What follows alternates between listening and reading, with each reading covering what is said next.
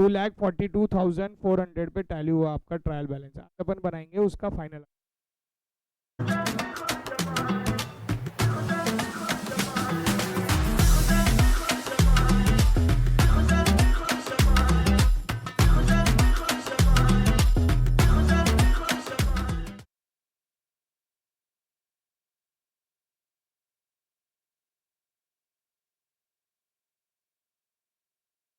$2,42,400। अब देखिए आपका क्या होगा, सिंपल सिंपल अभी अपन क्या करने वाले, ट्रायल बैलेंस लेंगे। ट्रायल बैलेंस में दो चीजें हैं, डेबिट और क्रेडिट। हम डेबिट वाली चीज उठाएंगे। हम डेबिट वाली चीज उठा के उसको या तो ट्रेडिंग के डेबिट में डालेंगे, या तो पीएनएल के डेबिट में डालेंगे, या तो बैंक के असेट साइड। जनरली कोई भी चीज आप पहले उठाते हो, जैसे अब मैं यहाँ पे बना लेता हूँ। देखिए मेरे पास तो प्रॉपर फॉर्मेट नहीं है बनाने के लिए, क्योंकि मैं करता पड़ती है। यहाँ मैं लिखूंगा ऊपर इन दी बुक्स ऑफ, मैं अभी भी पहले ही क्लियर कर देता हूँ आपको, अगर आपके फॉर्मेट मेरे को प्रॉपर नहीं मिले, कॉलम प्रॉपर चाहिए, फॉर्मेट प्रॉपर चाहिए, मैं पेजेस लिटरली फाड़ दूंगा। टिक इट वेरी क्लियर। देखिए एक चीज हमेशा याद रखिए, एग्जामिनर के पास जो चीज जाती है ना, वो आपका पेपर है। Your paper represents you, your paper represents you. तो आपके आपके रिप्रेजेंटेशन को ध्यान देना है, क्योंकि क्या है, वो उसी बेसिस पे आपको मार्क्स के लिए जज करता है। अब इन दी बुक्स ऑफ यहाँ लिखेंगे हम trading account for the year ended, फिर हम लिखते हैं, फिर क्या बनता है, फिर बनता है पीएनएल अकाउंट। पीएनएल अकाउंट बनता है फॉर द ईयर एंडेड, और तीसरी जो बनती वो है, हर एक में इनर और आउटर कॉलम दोनों चीज रहती है। अच्छा आप में से अपना कल डिस्कशन हुआ क्या कि इनर और आउटर क्यों बनता है? हाँ चलो, इनर और आउटर क्यों बनता है अपन डिस्कस। ये सिर्फ मैं अलग से बता रहा हूँ कि इनर और आउटर में क्या फर्क। अब जैसे एक चीज है 20,000 जो मैंने आउटर कॉलम में, अब एक नंबर है जिसमें से मेरे को 20,000 में से 5,000 माइनस कर। अब होता क्या है बेटा, बहुत सी बार क्या होता है मालूम है क्या, अब आपने एक ट्रांजेक्शन लिख दिया, हमने एक रेक्टिफिकेशन ऑफ एरर बोल के चैप्टर पढ़ा, हमने ट्रायल बैलेंस बात वाला भी पढ़ा, सस्पेंस अकाउंट वाला भी हमने पढ़ा। अब मुझे एक चीज बताइए, अब मुझे पता चला कि ट्रायल बैलेंस बनाने के बाद में कुछ चीजें हैं जो छूट गई है, या कुछ गलतियां हैं जो हो रही है या हुई है, तो हम अब उस केस में क्या करें? तो वापस से जर्नल एंट्री बनाते हैं, वापस से लेजर बनाते हैं, वापस से trial balance. Is it practically possible?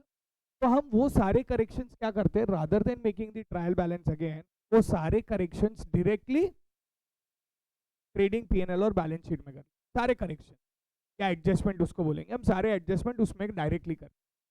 अब मेरे को मालूम पड़ा परचेस है 40,000 का, उसमें से 5,000 के परचेस से ना मैंने गलत रिकॉर्ड कर दिया, मैंने 5,000 के परचेस गलत रिकॉर्ड कर दिए। तो अब मैं यहाँ लिखूंगा परचेस, समझ लीजिए मैं बाहर लिखता हूँ 40,000, और फिर मैंने यहाँ पे 5,000 माइनस कर दिया, फिर मैंने यहाँ लिख दिया 35,000। ठीक है ना? एक ये इनर कॉलम है, outer column.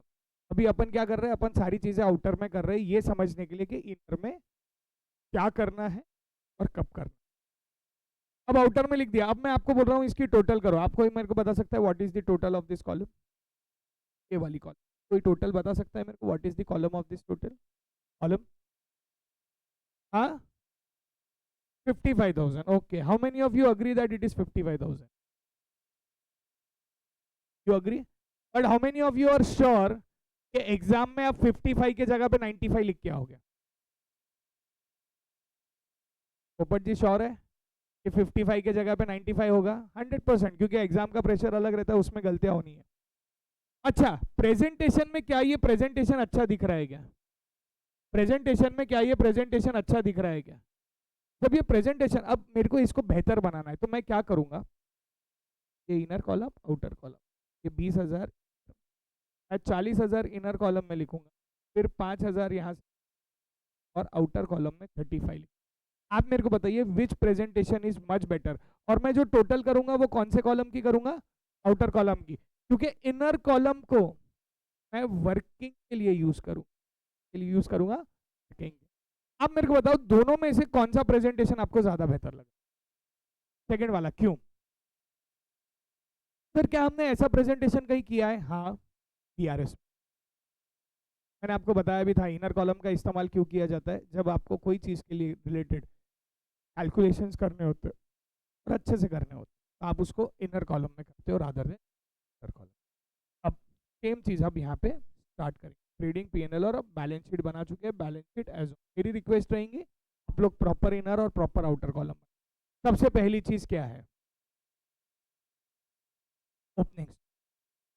Sir opening stock है, कल अपना डिस्कशन हुआ ओपनिंग स्टॉक को लेके, दुकान खुलेगी स्टॉक रहेगा, इसके लिए हम ट्रेडिंग अकाउंट, अच्छा ट्रेडिंग अकाउंट के हम इनर कॉलम में लिखेंगे क्या outer column? Outer column to opening stock, कितना है अमाउंट?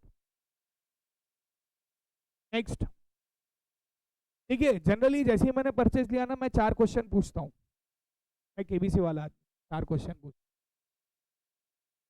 पहला, क्या तू असेट है, क्या तू एक्सपेंस है, क्या तू इनकम है, क्या तू लायबिलिटी है? हाँ या? पर जैसे ही मैं कोई चीज को डेबिट में से उठाता हूँ, अब मैंने कोई चीज को कहाँ से उठाया? ट्रायल बैलेंस के डेबिट से उठाया, उठाया उसको ट्रायल बैलेंस के डेबिट में। जैसे ही मैंने उसको ट्रायल बैलेंस के डेबिट से उठाया ना, मैंने सबसे पहला क्वेश्चन उससे क्या पूछा पता है आपको? बहुत सिंपल क्वेश्चन पूछा मैंने उसको, अगर डेबिट से उठा है तो मेरे 2 ऑप्शन वैसे ही कट जाते हैं, कौन से वाले? फिर 2 ही चीजें बचती है, एक्सपेंस और asset। 2 ही चीजें बचती है, एक्सपेंस और asset। सीधी सीधी बात है, मेरे को ये समझ में आ गया कि it is not an asset, it is an expense. पर फिर एक्सपेंस आया ना तो 2 क्वेश्चन पूछना ही पड़ते हैं, क्या तू डायरेक्ट है क्या? एंड ऑब्वियस है purchase is not a direct expense because it is related to trading, माल बेचना। देखिए ट्रेडिंग में जनरली इनडायरेक्ट एक्सपेंस का बहुत बढ़िया डेफिनेशन है, बेहतरीन डेफिनेशन। बताओ, गौर से सुनना। What is an indirect expense which is not a direct?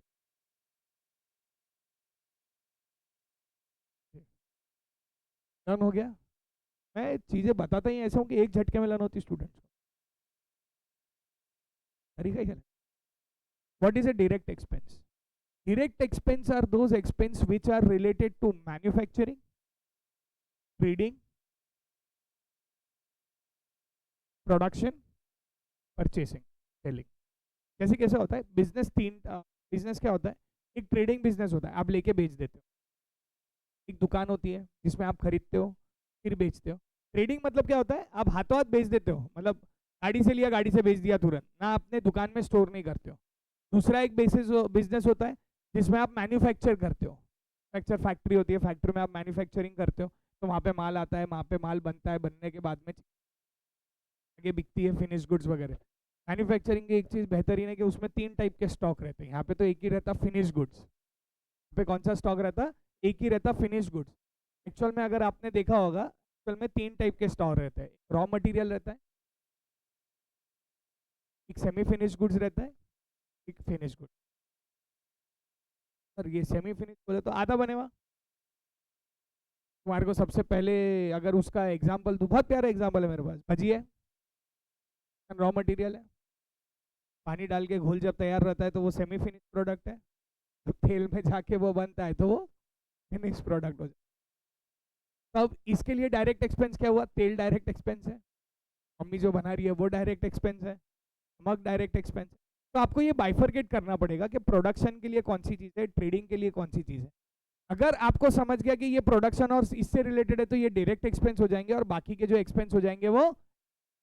अब परचेज मुझे पता है कि ये डायरेक्ट एक्सपेंस है तो मैं परचेज को अच्छा इनर में लिखूंगा क्या आउटर में? अब देखिए इनर में जनरली परचेज को क्यों लिखा जाता है? क्योंकि उसमें से रिटर्न माइनस होता है, उसमें से क्या माइनस होता है? रिटर्न। तो परचेज में अमाउंट कितनी है बच्चा? 80,000, इसमें से मैं माइनस कर दूंगा, परचेज रिटर्न माइनस कर दूंगा 5।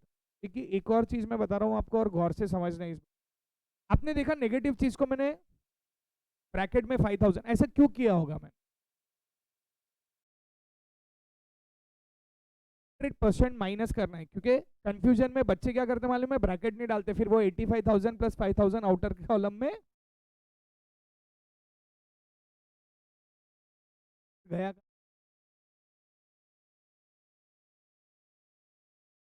कर गए। तो बच्चे मेरे को इतना जल्दी पहुंचा रहे। हाँ यार, पर कल ही हमारा डिस्कशन चालू था, बोले how much till what age you would like to live, I said I would like to live till 60 बस। मजे से जाएंगे, नहीं तो बाद में फिर घुटनों का दर्द, फिर एड़ियों में दर्द, फिर डॉक्टर की दवाई खाओ, बीपी की गोली खाओ। हाँ, शुगर नहीं। हाँ, अगर मीठा पसंद है तो खाना भी पड़ेगा। हाँ, और फिर वो दांत टूटने लगते हैं, फिर नकली दांत बिठाओ। I want to live healthy and I healthy. फिर कैसी बातें कर रहे हैं, अब कैसी बातें कर रहे हैं, क्या है?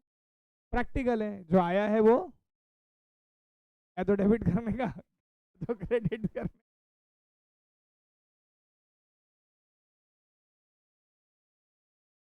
पर जितने साल है उतना एंजॉय करना है। It is what I have understood. जैसे जीना है रे।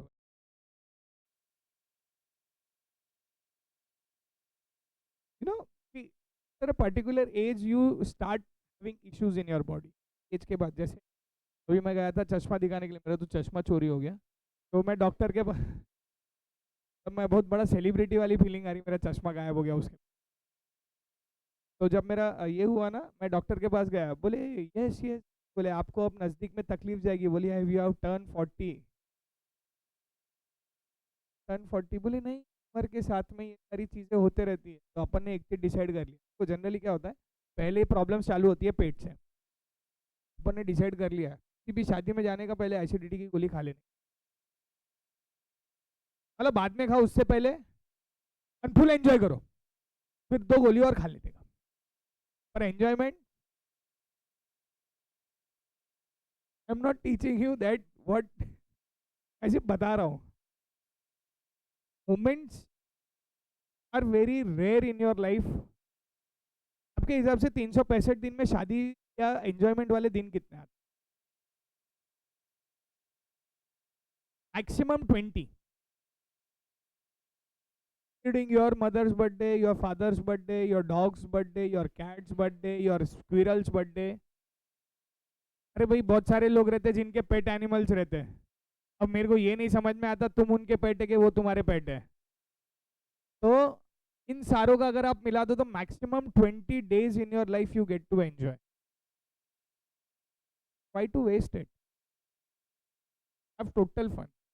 बिकॉज 345 दिन में सिर्फ संडे छोड़े तो गालियां तो रोज सुननी चाहिए। संडे को डबल मिलती बेटा, संडे को डबल मिलती। संडे नहीं हुआ क्या हुआ, सर को बोलो संडे को भी क्लास लेने का, सवेरे 8 बजे उठ जाएंगे तुम। स्टेटमेंट मेरे को लगता है घर वालों ने एक बार तो यूज किया ही होगा। संडे को गाय को सो रहे, सर को बोल देती मैं फोन करके संडे को भी 8 बजे क्लास रखा करो, मेरा बच्चा जल्दी उठ जाएगा। तो आई नो दिस हैपेंस, मेरे साथ भी हो चुका है। क्या है, karma, what goes around comes around. ठीक है, तो let's go ahead with the sum again. We are back our सम।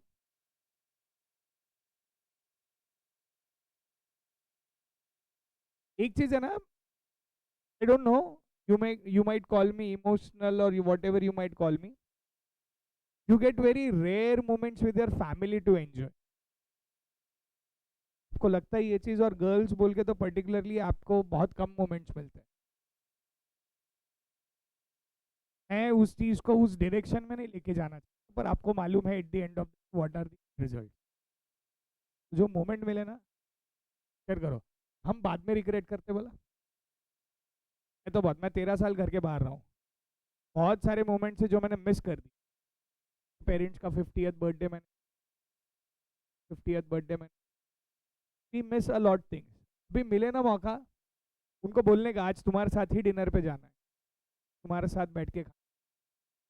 बहुत कम moments, I don't know how many of you do it, पर घर पे गए ना, जो भी अगर बाहर गाँव के बच्चे या गाँव में जो रहते हैं, आज बोलना आज तुम्हारे साथ, वो ये बात निकली के ऊपर दिखाते नहीं है वो लोग। फादर्स तो generally they never are called the, वो हार्श पीपल हमको बोला जाता है, पर हमको जितना फील होता है उतना कोई फील भी नहीं कर सकता। मतलब आपकी मॉम को भी हमारे कंपैरिजन में बहुत कम फीलिंग होती है, हम नहीं दिखा पाते। तो मैं मैं बिलीव रखता हूँ कि भाई एक आध दिन ऐसे मूड बनाओ, पापा के साथ बैठे, कि वरना फादर्स डे के दिन फादर्स को याद मत, पापा वो स्टेटस डालेंगे मेरे पापा, बाकी के 364 दी हो तुम पापा तुम पापा।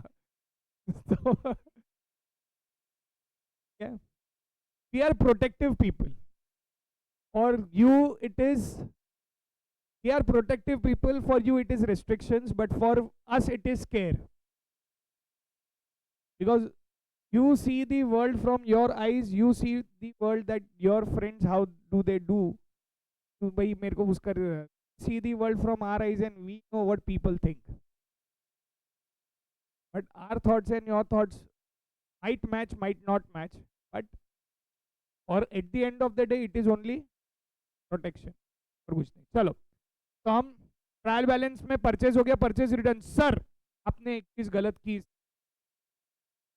सर, परचेज रिटर्न जो है वो क्रेडिट की चीज, आपने अभी बस 5 मिनट पहले कॉन्ट्राडिक्टरी स्टेटमेंट मारा, बड़ा जोर से मारा था कि भाई आप ट्रायल बैलेंस में से अगर कोई चीज उठाते हो तो आपको उसे क्रेडिट में ही डालना है। आपने अभी डेबिट में क्यों डाला? फिर आपने बोला था हमको ये देखिए सर, ये ट्रेडिंग का डेबिट है, ये ट्रेडिंग का क्रेडिट है। आपने हमें बोला था कि भाई अगर आप कोई चीज क्रेडिट में से उठाते हो तो आपको उसे कंपलसरी क्रेडिट में ही पोस्ट करना है। आपने बोला ना सर ऐसी चीज, मला हाँ, फिर आपने डेबिट में क्यों पोस्ट किया? मैंने आपको एक और चीज बताया बेटा, अगर आप कोई चीज डेबिट में से माइनस करते हो तो उसका जो इफेक्ट होता है वो क्रेडिट इफेक्ट होता है। कौन सा इफेक्ट होता है? Credit effect. फिर sales, how much is sales?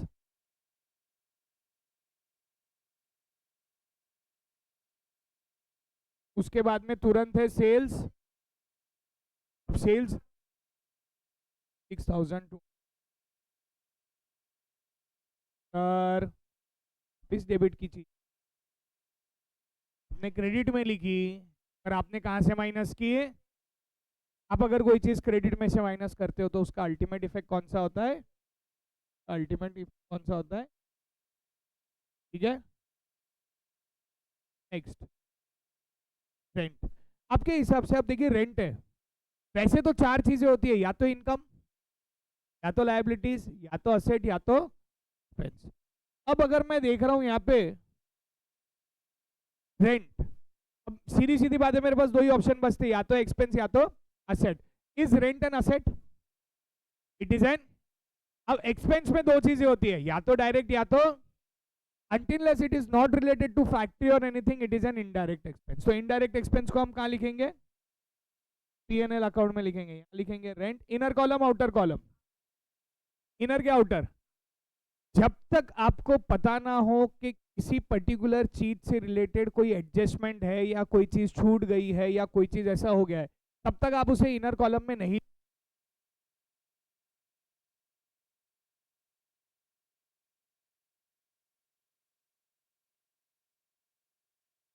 1200, अच्छा मैंने 12,000 लिखा।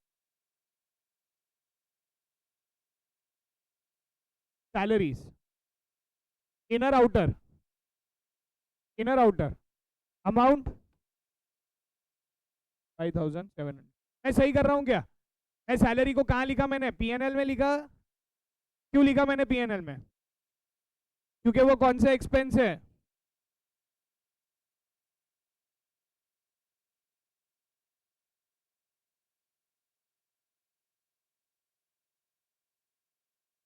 कौन से साइड है? एडवर्टाइजमेंट कौन से साइड है? किसके डेबिट में? ट्रायल बैलेंस के। अब ट्रायल बैलेंस के डेबिट में तो हम दो सवाल पूछेंगे उससे।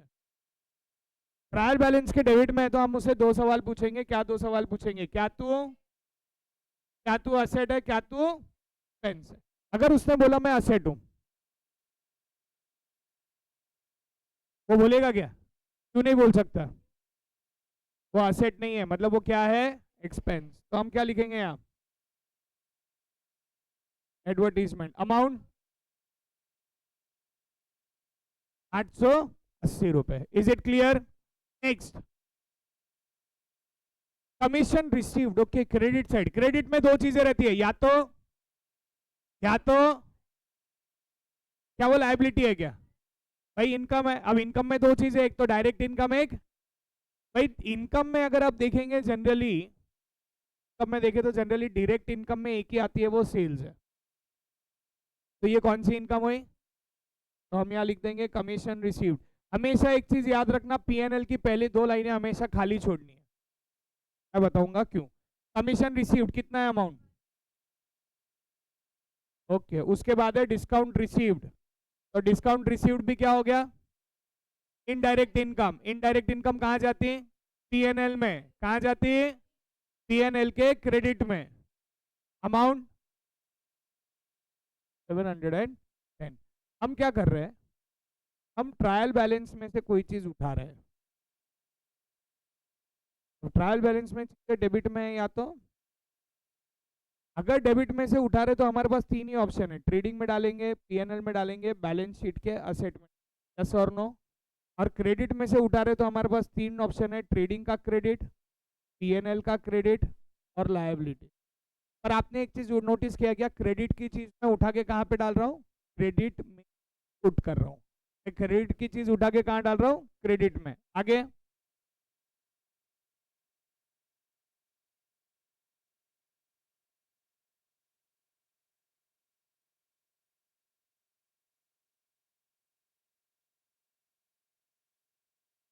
कितना है असेट, आगे मशीनरी, मशीनरी भी असेट है, आगे डेटर्स भी असेट है, 36,000। एक सेकेंड, समझ में आ रहा क्या क्यों पुटअप कर रहा, यस और नो। आगे अमाउंट, ओके, आगे ओके, बिल्स रिसीवेबल 4,600, ये सब असेट में जाएगा, श्योर है, बिल्स रिसीवेबल ये सब असेट में जाएगा, श्योर है, यस और नो। आगे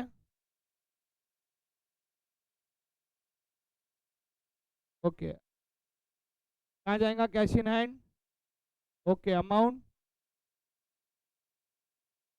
ओके, आगे। अच्छा, बैंक ओवरड्राफ्ट लायबिलिटी है ना, क्या देखो, बैंक ओवरड्राफ्ट क्रेडिट साइड में, क्रेडिट साइड में दो ही चीज है, इनकम और लायबिलिटी, क्या ये इनकम है क्या, तो क्या हुआ, अमाउंट क्या है, ओके, आगे। अच्छा, इंटरेस्ट ऑन ओवरड्राफ्ट, अब मजेदार चीज है, अब वो दो चीजें है, डेबिट है तो दो चीजें है, एक्सपेंस और असेट। अब ये कंफर्म हो गया कि असेट तो नहीं है, तो हुआ एक्सपेंस। अब वो डायरेक्ट है कि इनडायरेक्ट है, क्यों इनडायरेक्ट, इंटरेस्ट ऑन, क्योंकि वो मशीन से रिलेटेड नहीं है, कितना 1800। आगे ओके, कैपिटल लायबिलिटीज, एक चीज, अब ड्राइंग्स डेबिट में तो दो चीजें होनी चाहिए, या तो एक्सपेंस या तो asset.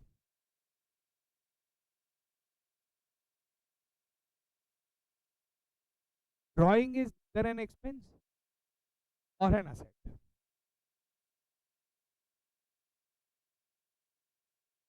it is a reduction of capital। Drawings बोले तो कहाँ लिखे गए, आप पर्सनल यूज के लिए बिजनेस में से निकाला, तो आप करेंगे माइनस ड्राइंग 1000, समझा, ड्राइंग्स हमेशा कहाँ से माइनस होगा। अब हमारा ये सब यहाँ खत्म हो गया, अब क्या करना, here comes the most interesting part. देखिए, ये जो साइड रहती है इनकम की साइड रहती, और ये जो साइड रहती है वो एक्सपेंस की साइड रहती। आप मेरे को बताओ, इनकम ज्यादा है एक्सपेंस से, तो क्या होगा, प्रॉफिट या लॉस। इनकम की टोटल कितनी है बड़े भाई की, जो बड़े भाई की टोटल वही, अब छोटे भाई को कोई ना कोई तो पैसे देगा, तो पैसे कौन देता था हमारे केस में, पापा देते थे, बैलेंस कैरिड डाउन, यस और नो। यहाँ पे अब शादी हुई हुई है तो दो जन आएंगे, ससुर जी भी आएंगे और पापा भी आएंगे, तो ससुर जी का नाम ग्रॉस प्रॉफिट, यहाँ पे कौन देगा पैसे, अब ग्रॉस प्रॉफिट, यहाँ पे ग्रॉस प्रॉफिट, यस और नो? ग्रॉस प्रॉफिट क्यों आया? क्योंकि income is more than expense, income is more than. तो जो हम बैलेंस कैरिड डाउन लिखते थे, हम ट्रेडिंग में अब बैलेंस कैरिड डाउन नहीं लिखेंगे, हम बैलेंस कैरिड डाउन की जगह पे अब क्या लिखेंगे? हम ग्रॉस प्रॉफिट। ग्रॉस प्रॉफिट आ गया 53,800, आया ना? यस और नो? अब यहां लिखेंगे हम ट्रांसफर टू पीएनएल। अब समझ में आया ग्रॉस प्रॉफिट कैसे आया? जो बैलेंसिंग फिगर रहता है उसे ग्रॉस प्रॉफिट बोला जाता है। पर if income is more than expense, कभी कभी ससुर जी पैसे ले भी लेते बोला, तो वो लॉस हो जाता, यहाँ आप रिटर्न मांग नहीं सकते, अभी प्रॉफिट। अच्छा, अब ये प्रॉफिट को कहाँ ट्रांसफर कर रहे हैं हम? आपको समझा मैंने पहली दो लाइन क्यों छोड़ी? तो यहां हम लिखेंगे ग्रॉस, सर ये डेबिट साइड है एक्सपेंस, ये क्रेडिट साइड है, प्रॉफिट हमेशा कौन से साइड आएगा? प्रॉफिट हमेशा कौन से साइड आएगा? Gross profit. ऑब्वियसली इनकम के साइड आएगा। कितना आया? 53,800। अब प्रॉफिट आ गया। बड़े भाई छोटे भाई टोटल करो फटाफट, जल्दी करो बड़ा भाई छोटा भाई टोटल।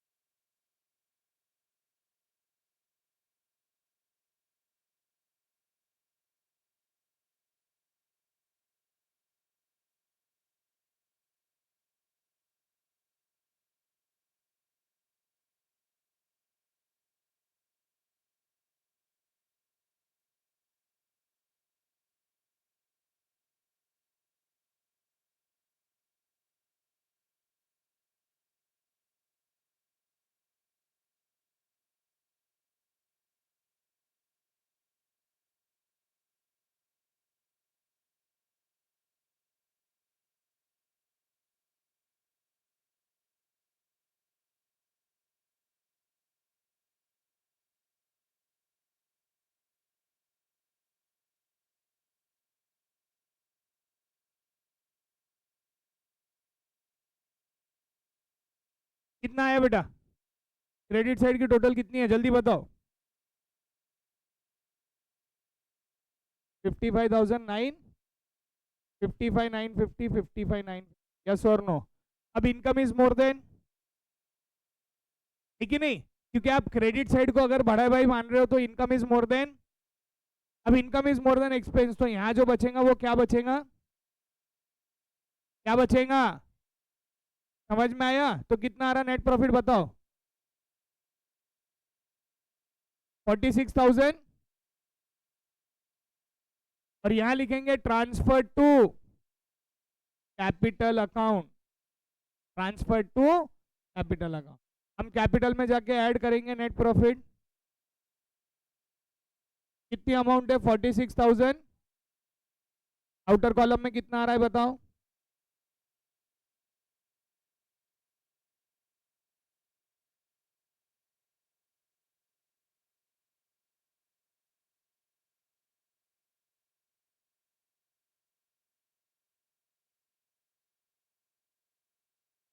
क्या आता? 88,570।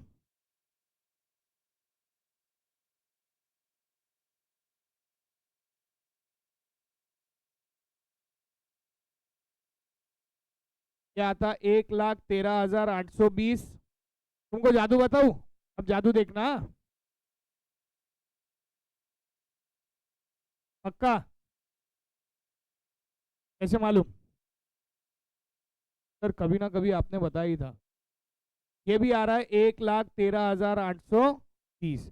एक चीज हमेशा याद रखना लाइफ में, अगर अगर अगर अगर आपकी बैलेंस शीट का टोटल सेम नहीं आता है तो इसका मतलब है आपका सम आपने गलत सॉल्व किया है। समझ में आया? क्योंकि एवरीथिंग है सेम इफेक्ट। हम डेबिट की चीज डेबिट में रख रहे, क्रेडिट की चीज क्रेडिट में रख रहे, तो ऑब्वियस है टैली तो। पर ये मत सोचना कि जो आपका ट्रायल बैलेंस का टोटल है वही आपका बैलेंस शीट का टोटल आएगा। Is it okay? जो आपका बैलेंस शीट का टोटल है वही आपका इसका टोटल आएगा। We are done.